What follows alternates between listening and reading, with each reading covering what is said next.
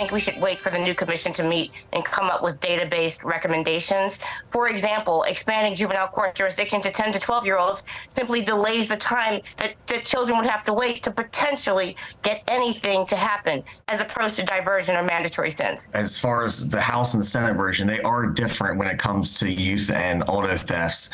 I would probably agree with the Senate version because I believe the Senate version came down a little tougher on it.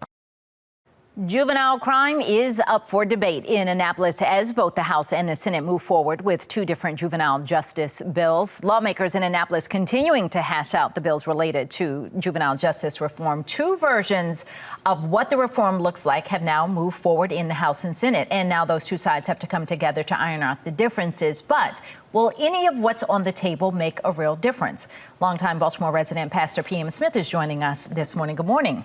Ms. Patrice. So what you've seen put forth by either the House or the Senate, will any of what's on the table, in your opinion, move the needle when it comes to addressing what we're seeing with juvenile crime? Addressing juvenile crime. We're dealing with persons in Annapolis who are dealing theoretically with a problem that's real for us in the city.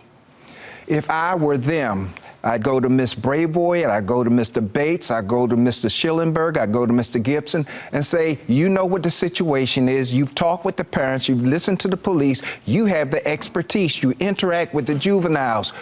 Help me write this. Put it in writing, give me your recommendation. If I'm a senator, I take it to the Senate. If I'm at the House, I take it to the House. That's how you address the issue. You want to nip it in the bud.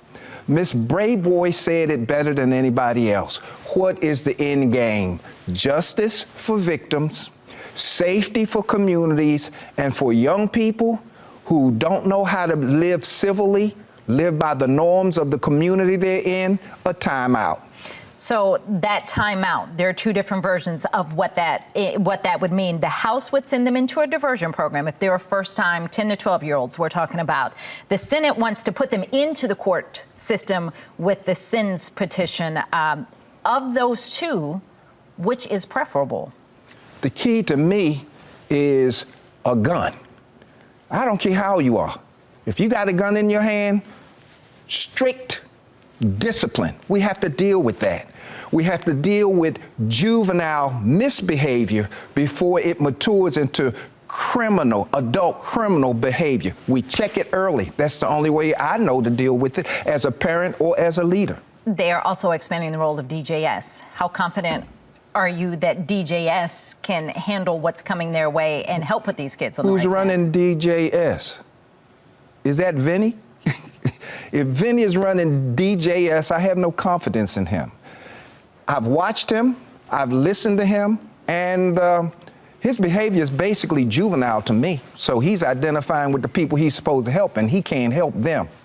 Those are some of the major bills that we've had a lot of focus on, but there's so many related to crime that haven't even made it out of committee. Overall, where we stand right now in the legislative session, and where you're coming up on just a little more than a month left, what is your feeling? What is your thought about what we will have accomplished by the end of this? I hope, my hope, that they will have accomplished in this session more than they have in previous sessions. But again, the key is go to the folk with the expertise. They've encountered the parents. They've dealt with the juveniles. They've listened to the police, Ms. Brayboy, Mr. Bates, Mr. Schellenberger, and Mr. Gibson, and say, put on paper, not just you come and testify, put on paper, help me write it, I'll present it. I think we can work toward a solution. And again, I hate to repeat it, but again, what's the end game? Justice for victims, safety for the communities that we live in, and for the young person who doesn't know how to live in civil society and respect the rights of others, you get a timeout.